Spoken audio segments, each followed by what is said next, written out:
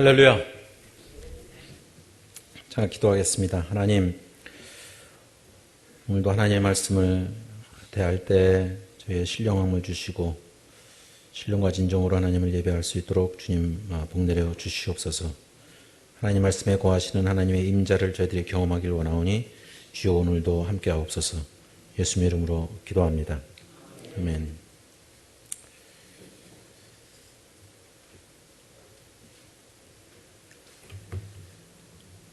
그림 하나 보고 가겠습니다.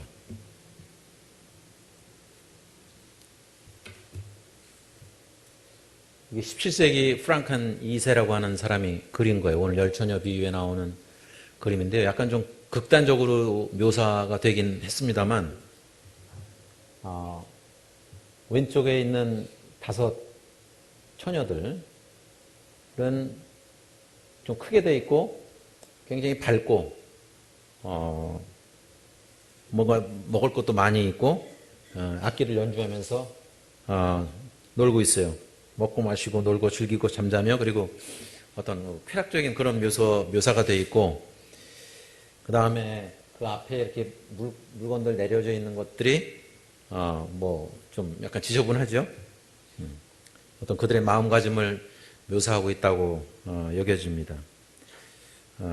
그리고 반면에 이제 오른쪽에 있는 5 처녀는 굉장히 조신하게 앉아 있죠. 그러니까 아주 극단적으로 표현했어요. 왼쪽과 오른쪽.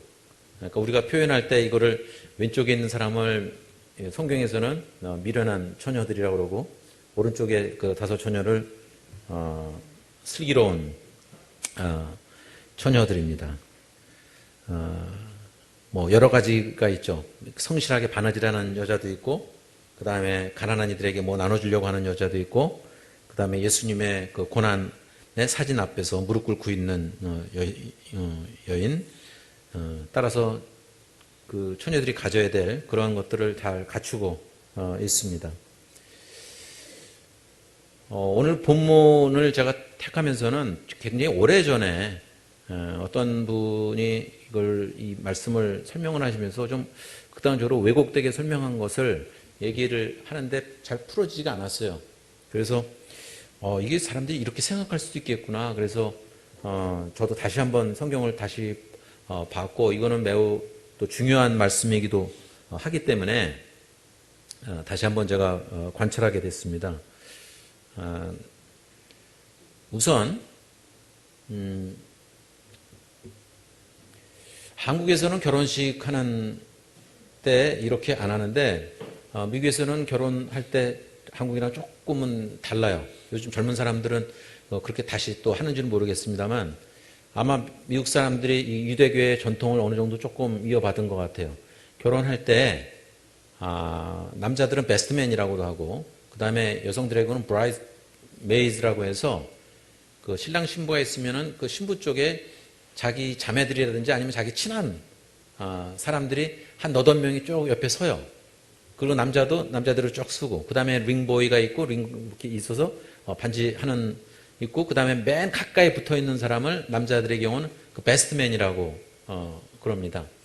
그러면 그 사람들이 그걸 준비를 해주는 거예요. 이렇게 말하자면 가이드도 해주고, 이렇게 가드도 해주고, 준비를 해줍니다.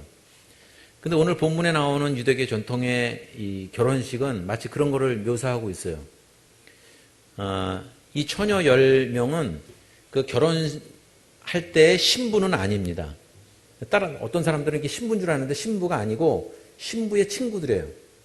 신랑이 올 때, 신랑이 온다고 그러면은 이 친구들이, 이 메이드들이, 이 지금 말하자면 10 처녀, 이런 사람들이 맞이해 주는 겁니다.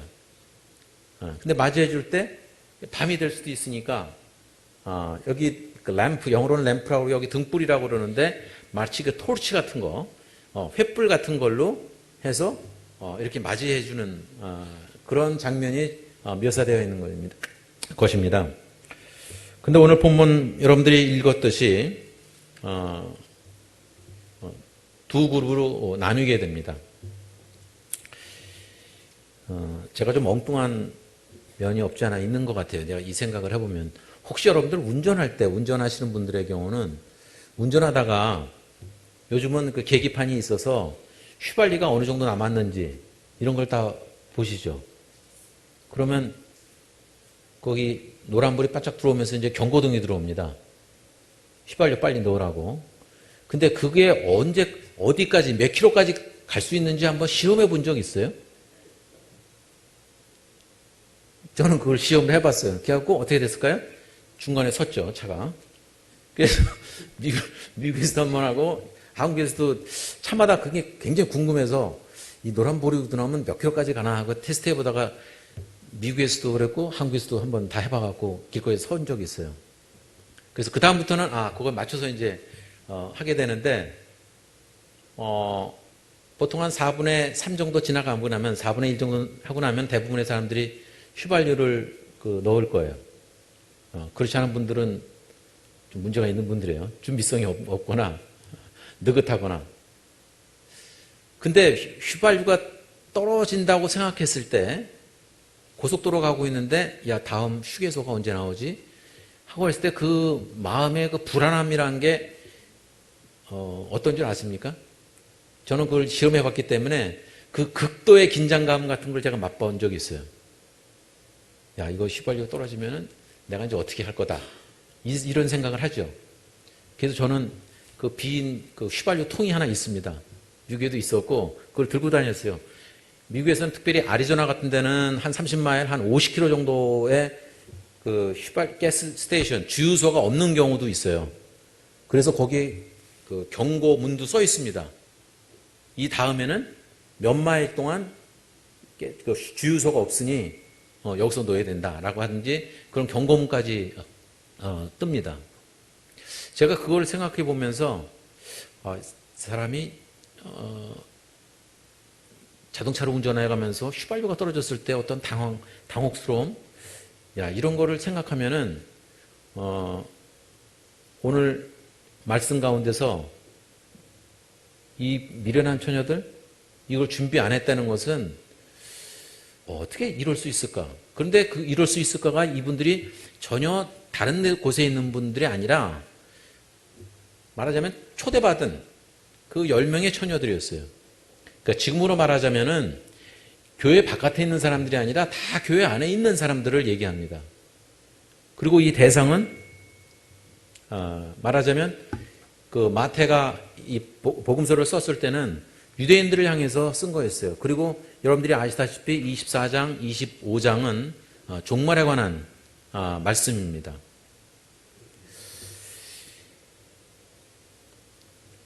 따라서 여기에 주어진 하나님의 말씀, 예수님의 말씀은 마치 지금 십자가의 죽음을 앞두고 임종을 앞두고 하는 말씀과 똑같아요. 지나놓고 생각해 보니 저는 그걸 기억을 못했는데 저희 아버지가 1972년에 심장마비로 불과 한 3시간 만에 돌아가셨어요. 새벽에 한 3시 반에 막 일어나서 막 주무르라고 막 근데 그때 이제 벌써 심장이 멈춰진 거죠. 그러고 나서 3시간 반 만에 7시에 돌아가셨는데 저는 몰랐는데 나중에 이제 식구들 하는 얘기가 아버지가 뭘 이렇게 정리를 하셨대요. 그러니까 그러고 나면은 마지막에 아버지가 한 얘기들 이런 것들이 다시 이렇게 되뇌이게 되죠. 생각을 하게 되고 그런 거를 우리가 이제 뭐 유언이라고 얘기하듯이 따라서 임종을 앞둔 사람들의 경우에 하는 말들은 굉장히 다 중요한 말들입니다. 섣부른 얘기들을 안 하겠죠. 예수님의 경우도 이거는 어찌 보면 마찬가지였습니다. 따라서 24장, 25장에 나오는 말씀을 끝으로 해서 그 다음에 예수님께서 십자가에 달리시는 모습이 28장에까지 이어지게 되어 있습니다. 당시에 이스라엘 백성들, 유대인들의 경우는 예수님께서 메시아라는 것을 무시했거나 아니면 그냥 간과해버렸습니다. 따라서 그걸 놓쳤죠. 그 다음에 이제 오늘 말씀은 예수님의 도래입니다. 재림은 예수를 얘기하시는 건데 당시에는 이게 지금 쓰여진 게 한 70년 경이니까 예수님이 십자가에 달리신 다음에 무려 한 4, 50년이 지난 다음에 또 쓰여진 거예요. 4, 50년이 짧다면 짧지만 또 길다면 긴 시간이었죠. 근데 왜 예수님이 다시 안 오냐 이거죠. 빨리 와야 되는데 안 온다 이거죠. 그러니까 오늘 말씀 보면 그렇게 나오죠. 그 딸과 그 시기는 모르고 또 더디 온다라고 하는 말씀이 여러분들이 아시다시피 신랑은 예수님을 말씀하고 있습니다. 자, 그런 기대감이 다 있었습니다. 오늘 25장 1절부터 25절까지의 말씀 보면 이 신랑이 더디 오게 될 때 이 열 처녀가 다 자고 있었습니다. 이 슬기로운 처녀는 깨어 있었고 미련한 처녀들은 자고 있었고가 아니라 다 졸면서 자고 있었다고 그래요. 그 NIV에서는 그 drowsy, 그냥 그 껌뻑껌뻑 그야말로 졸린 거를 얘기하고, 다른 성경에서는 슬럼버라고 하는 표현을 쓰고 있는데, 그 미국에서 아이들은 그 슬럼버 파티를 합니다. 아이들이 그 자기 그 담요 같은 거 갖고 가서 남의 집에 가서 그냥 신나게 얘기하고 그런 것들을 공식적으로 하는 거를 슬럼버 파티라고 그러는데, 가면서 밤새면서 얘기하고 놀고 뭐 이러는 거예요. 졸기도 하고 뭐 이제 그런 거였어요. 그런 것들을 열 처녀가 사실은 모두 다 하고 있었습니다. 자, 하나님의 말씀, 그때 여기 오는 말씀 보면 그때 천국은 하나님의 나라죠. 하나님의 천국은 마치 등을 들고 신랑을 맞으려고 나간 열 처녀와 같다 했는데 결론부터 내죠. 다섯은 미련하고 다섯은 슬기 있다고. 토치, 그 램프는 그거는 다 들고 있었어요. 근데 문제는 기름을 준비한 사람들과 기름을 준비하지 않은 사람들의 차이였습니다. 방금 전에도 말씀드렸지만은 이 복음서에 대한 예수님께서 말씀하실 때 그 대상들은 유대인들이었어요. 주로 그들은 그 하나님의 이름을 잘못 부를까 봐 하나님의 이름도 제대로 부르지 못하는 그런 사람들이었습니다. 그래서 뭔가 미래에 대한 그런 불확실성에 대해서 불안해하고 있었죠. 그런데 그리고 그것이 언제 올지 모른다는 것 때문에 굉장히 막연한 믿음을 갖고 있었습니다. 그런데 그 존 더 베프티스트, 그 세례 요한이 왔을 때 뭐라 그랬냐면 하나님의 나라가 가까이 왔다라고 얘기하고 있어요. 그러니까 언제인지는 모르지만은 뭔가 임박한 거를 말씀하고 있고, 또 그 예수님을 우리가 표현할 때 임마누엘이라고 하는 God with us, 하나님께서 우리와 함께 하신다는 그런 것을 그 사람들에게 아주 그 분명하게 얘기해주고 있었습니다. 막연하게 기다린다는 것이 참 힘들죠.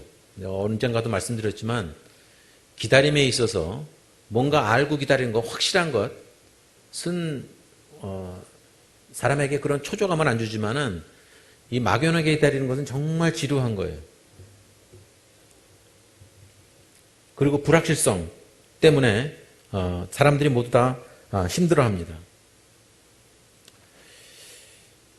실제로 보통 여자들의 경우는 이런 큰 잔치가 있을 경우에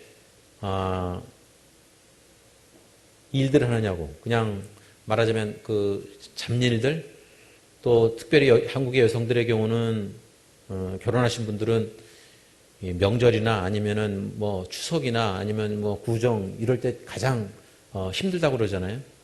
일들이 많아서.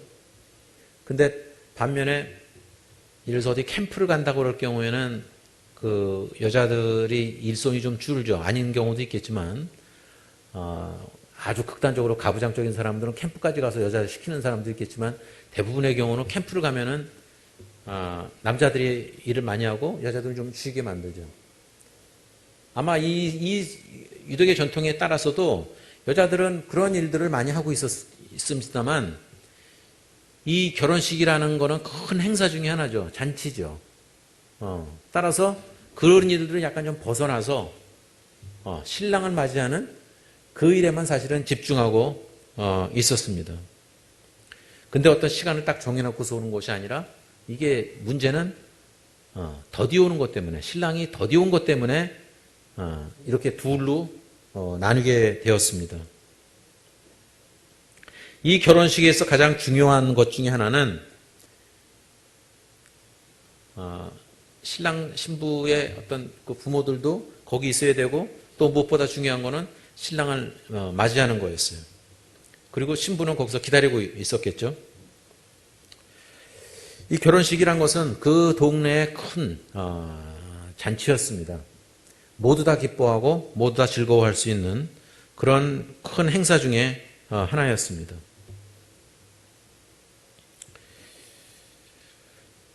그런데 여기에 초대받은 그 10명이 어찌 보면 다 영광스러운 자리에 사실은 앉아 있는 것입니다. 그런데 5명은 그 중에 5은 미련하고 5은 슬기있다, 지혜로웠다, 이렇게 표현하고 있습니다. 이렇게 미련하고 또 슬기있다라고 하는 표현할 때 성경 말씀 또 생각나는 것 중에 하나가 마태복음 7장에 있는 그 말씀입니다. 두 그룹 있죠. 반석 위에 집을 짓는 사람과 모래 위에 집을 짓는 사람의 표현이 나옵니다.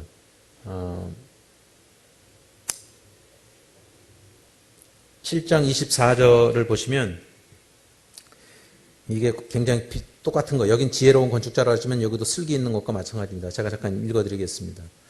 그러므로 누구든지 나의 이 말을 듣고 행하는 자는 그 집을 반석 위에 지은 지혜로운 사람 같으리니 비가 내리고 창수가 나고 바람이 불어 그 집에 부딪히되 무너지지 아니하나니 이는 주추를 반석 위에 놓은 까닭이요 나의 이 말을 듣고 행하지 않으냐는 자는 그 집을 모래 위에 지은 어리석은 사람 같으리니 비가 내리고 창수가 나고 바람이 불어 그 집에 부딪히며 무너져 그 무너짐이 심하니라.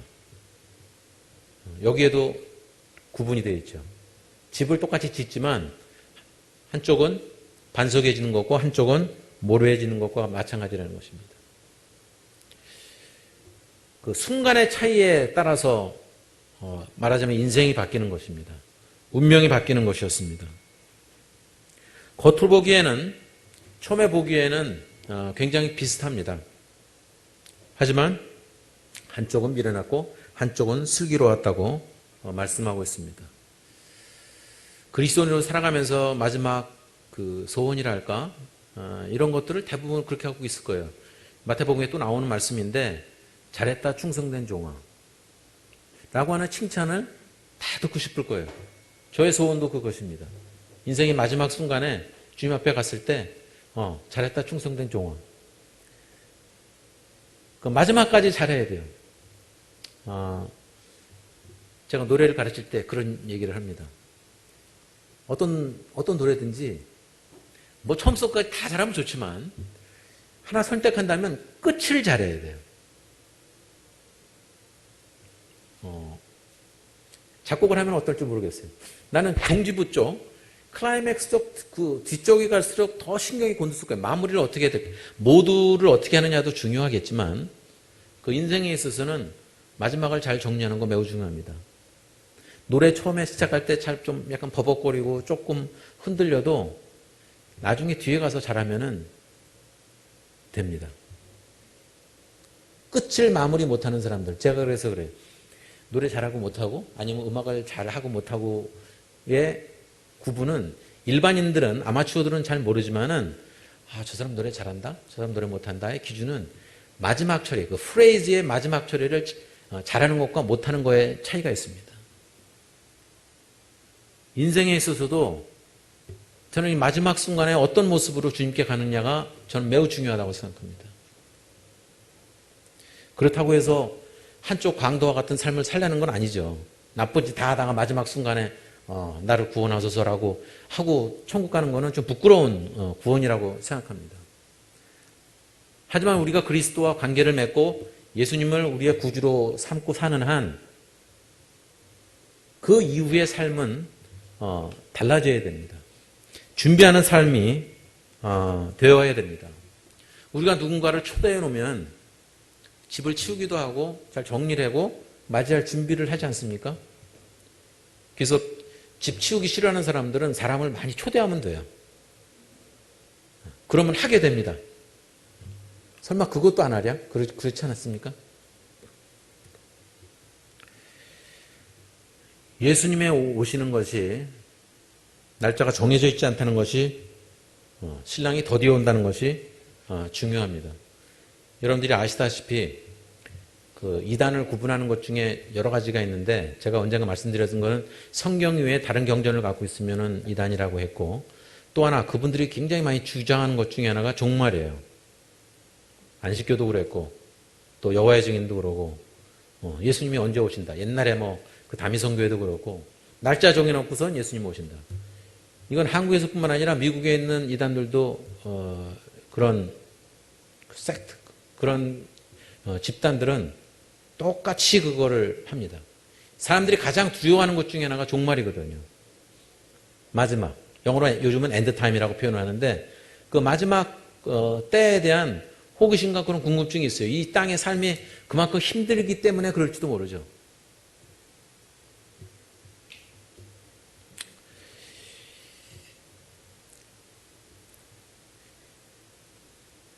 따라서 오늘 주어지는 오늘 그 마태복음 25장 1절에서 13절의 말씀은 우리 교인들에게 주어지는 말씀입니다. 이것이 교회 바깥에 있는 사람들을 향해서 얘기한 것이 아니라 우리 안에도 슬기로운 다섯 처녀가 있는가 하면 미련한 다섯 처녀가 있을 수 있다는 것입니다. 말씀드렸다시피 예수 그리스도는 신랑을 의미합니다. 죄를 많이 진 사람, 우리가 좀 더 쉽게 얘기해서 내일이 시험이라고 그럴 때 시험 준비가 제대로 돼 있지 않은 사람은 시험 날짜가 굉장히 두려울 거예요. 떨리고 그리고 당일치기, 분치기, 초치기 해갖고 열심히 막 마지막 순간에 막 하려고 그러잖아요. 근데 어느 순간에 그것이 잘 안 되는 경우도 있죠.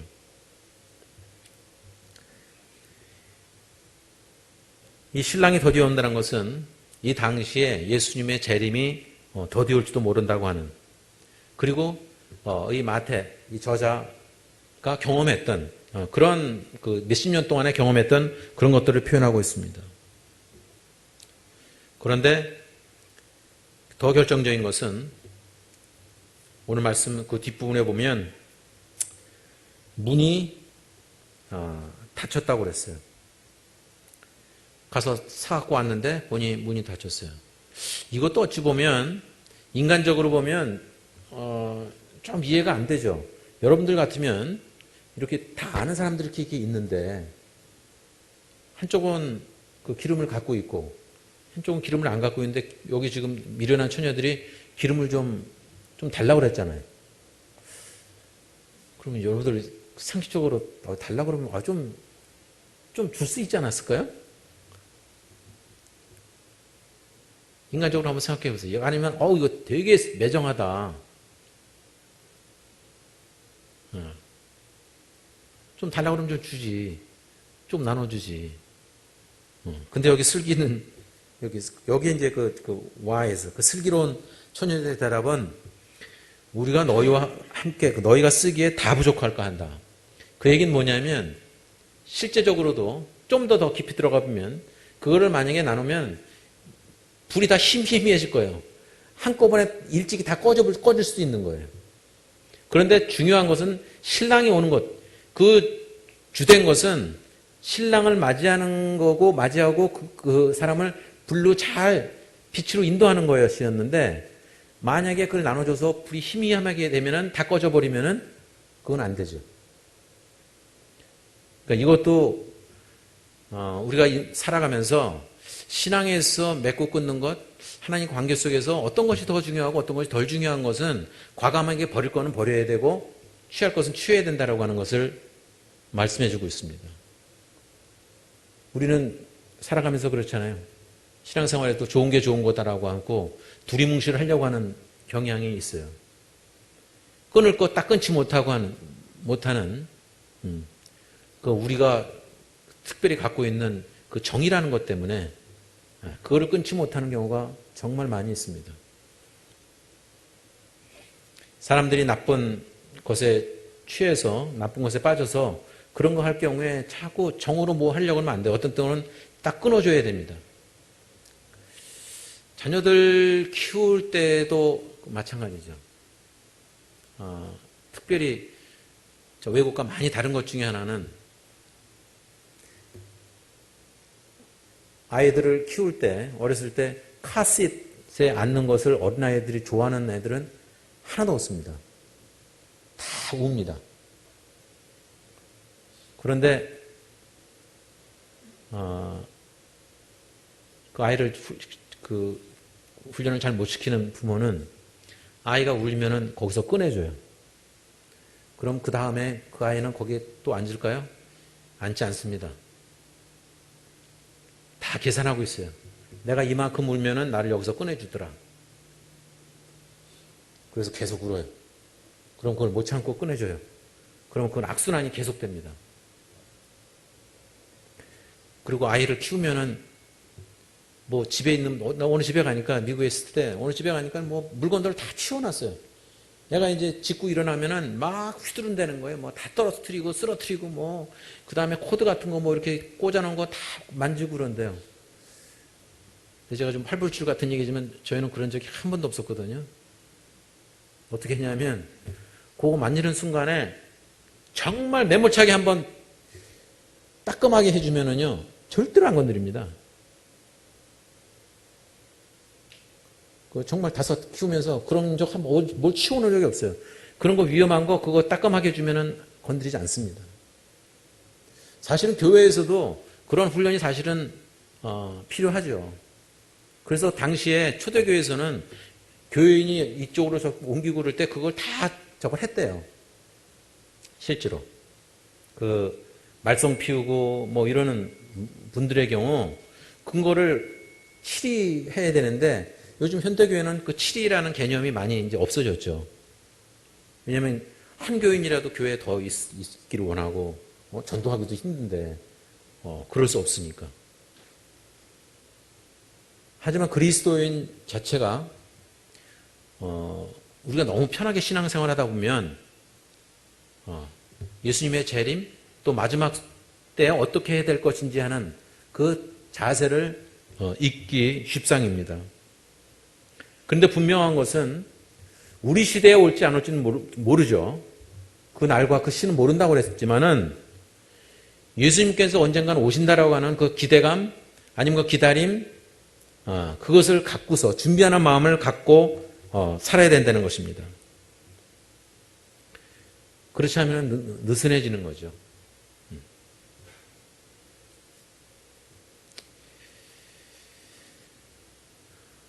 그 미련한 처녀들이 얘기합니다. 당신들이 갖고 있는 기름을 달라고.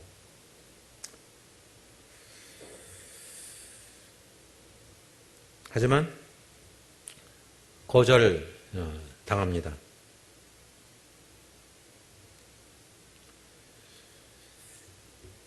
어찌 보면 슬기로운 처녀들이 굉장히 이기적이고 또 별로 현명하지 않은 처사를 행했다고 생각할 수도 있습니다.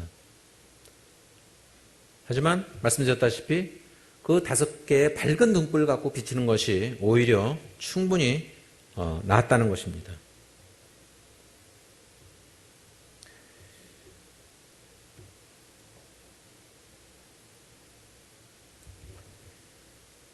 자, 그것뿐입니까? 자, 10절을 보시면 이제 너희 쓸 것을 가서 사라고 그랬더니 그들이 살아간 사이에 하필이면 그때 없을 때 살아간 사이에 신랑이 오므로 그 슬기로운 5 처녀들은 혼인잔치에 들어가고 문은 닫힌지라. 그러자 그 미련한 처녀들이 와서 주여 주여 우리에게 열어주소서라고 외칩니다. 굉장히 간절하게 외쳤을 거예요. 이제 우리 다 준비됐습니다. 나 이제 기름도 있고 불도 밝혔습니다. 하지만 이제 문은 닫혔고 들어갈 수가 없습니다. 그러자 말씀하십니다. 진실로 너에게 이르노니 내가 너희를 알지 못하노라 하였느니라. 여러분들 성경 가운데서 가장 섬뜩한 그 말씀이 무엇입니까? 신앙생활 하면서. 저는 아까 읽었던 말씀에 그 앞에 있는 말씀, 7장에 있는 그 말씀이에요. 7장 21절에 보면 이게 늘 논란의 여지도 있는 말씀이긴 합니다만 나더러 주여 주여 하는 자마다 다 천국에 들어갈 것이 아니요 다만 하늘에 계신 내 아버지의 뜻대로 행하는 자라야 들어가리라. 이 말씀에 대한 긴장감이 여러분들 혹시 갖고 있습니까? 주여 주여 하는 자마다 다 천국에 들어갈 것이 아니요. 그러니까 우리가 주여 주여 하는 자 그것만 아닌지 생각해 볼 필요가 있습니다. 그러면서 설명합니다. 그날에 많은 사람이 나더러 이르되 주여 주여 우리가 주의 이름으로 선지자 노릇하며 주의 이름으로 귀신을 쫓아내며 주의 이름으로 많은 권능을 행하지 아니하였나이까 하리니. 이 정도면 뭐 상식적으로 생각할 때 충분히 천국에 들어갈 만하다고 생각하지 않겠습니까? 그런데 그 다음에 이어지는 말씀은 그때 내가 그들에게 밝히 말하되 내가 너희를 도무지 알지 못하니 불법을 행하는 자들아 내게서 떠나가라 하리라. 그런 이적을 행하고 예수의 이름으로 했지만 그것이 헛된 것일 수가 충분히 있다는 것입니다. 하나님의 뜻, 아버지의 뜻대로 행하지 않았다는 것이죠. 인생 살아가면서 그리스도인으로 살아가면서 사람들이 많이 물어요. 어떤 것이 정말 하나님의 뜻입니까? 그 여러분들 살아가면서 혼란스럽지 않습니까? 제가 전에 글 쓸 때 이리 갈까 저리 갈까 차라리 돌아갈까? 야, 이거 도대체 어떻게 해야 되는 거지? 하나님의 뜻이 도대체 어디에 있습니까? 나는 올바로 사느냐고 살았는데 그리고 주변에 정말 선한 사람들을 하나님께서 데려가실 때 그런 거 우시는 것 같잖아요. 그리고 막 악이 횡행하고 그들이 더 잘 사는 거 볼 때 이게 하나님의 뜻인가?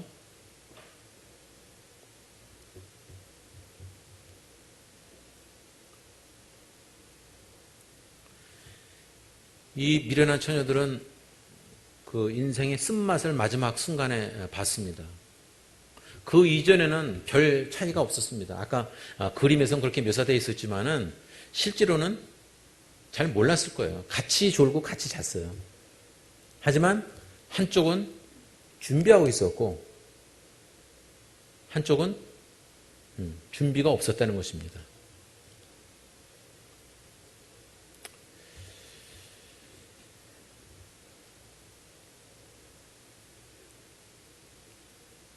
문제는 거기 5처녀에 국한된 문제가 아니라 이제는 마지막에 있는 그 13절에 있는 말씀입니다. 자, 그런즉 깨어 있으라. 뭐 그 앞에 있는 말씀과 더불어서 뭐 기름을 준비하고 있으라 이렇게 이런 식으로 표현 안 하고 있습니다. 깨어 있으라.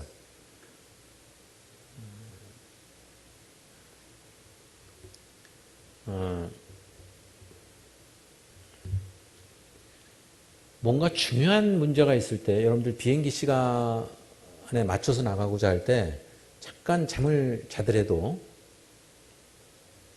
사소한 소리에도 깨게 되겠습니다. 그리고 그때 깨게 돼요.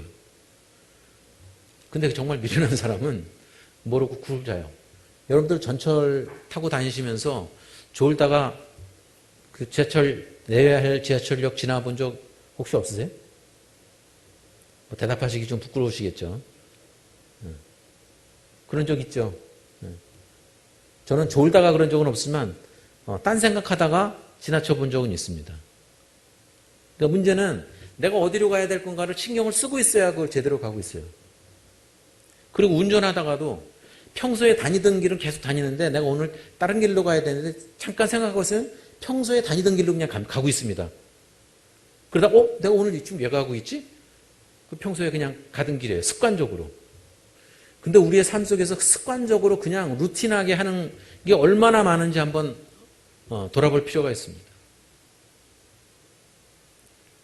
하나님의 때 이것을 알지 못하기 때문에 오히려 우리를 긴장시키고 지금 웨이크업 깨어 있으라라고 하는 그 말씀이 우리에게 더 와닿는지 모릅니다.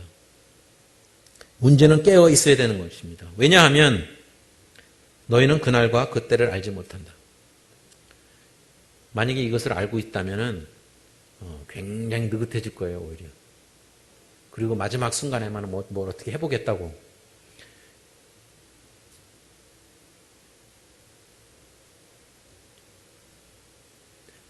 만약에 내일 주님이 오신다고 하는 것이 정해졌을 때 뉴스에 나왔어요. 그러면 오늘 어떻게 사시겠습니까?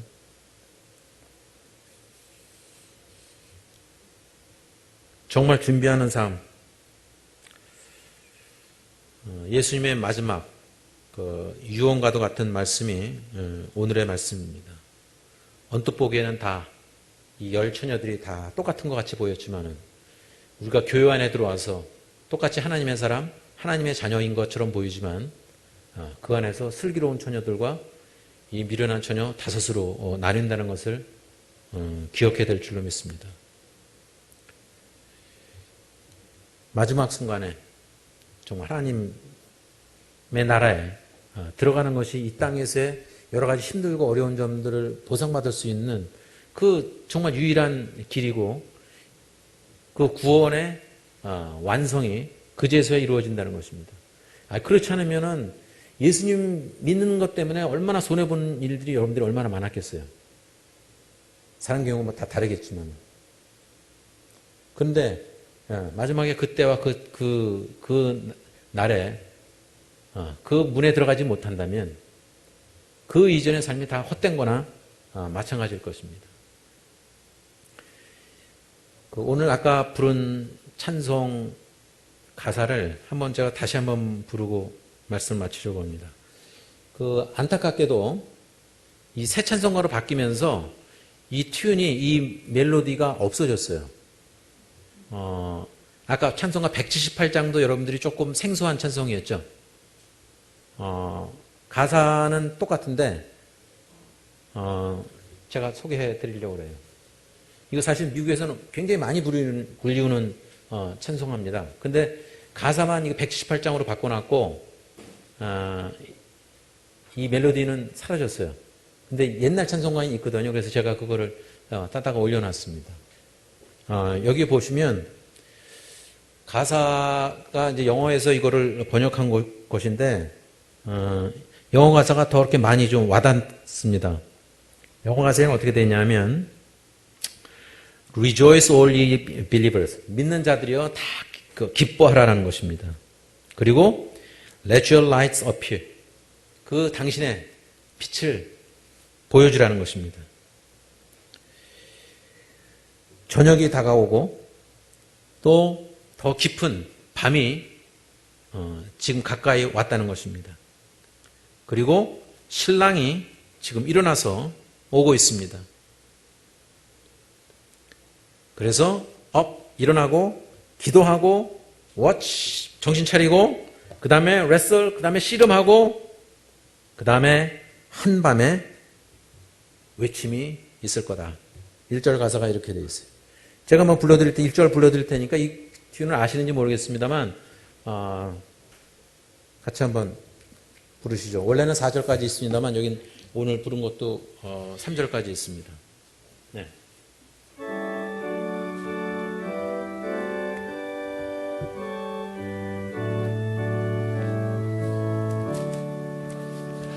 주 예수 믿는 자여 등불을 가지고 저 신랑 영접하러 다 함께 나가세. 주 오실 때가 깊어가는데 곧 깨어 예비하라 주 속히 오신다. 1절부터 같이 해볼까요? 자, 주 예수 믿는 자여 등불을 가지고 저 신랑 영접하러 다 함께 나가세. 주 오실 때가 되고 밤 깊어가는데 곧 깨어 예비하라 주 속히 오신다. 내 등불 살펴보고 기름을 예비해 곧 준비 아니하면 너 때를 놓치리. 저 산에 파수꾼이 큰 소리 외칠 때 다 할렐루야 불러 곧 나와 맞아라. 내 고대하던 주여 지금 곧 오셔서 이 어두운 세상 위에 빛 비춰주소서. 내 손을 높이 들어 주 앞에 비오니 이 세상 구세주여 곧 강림하소서.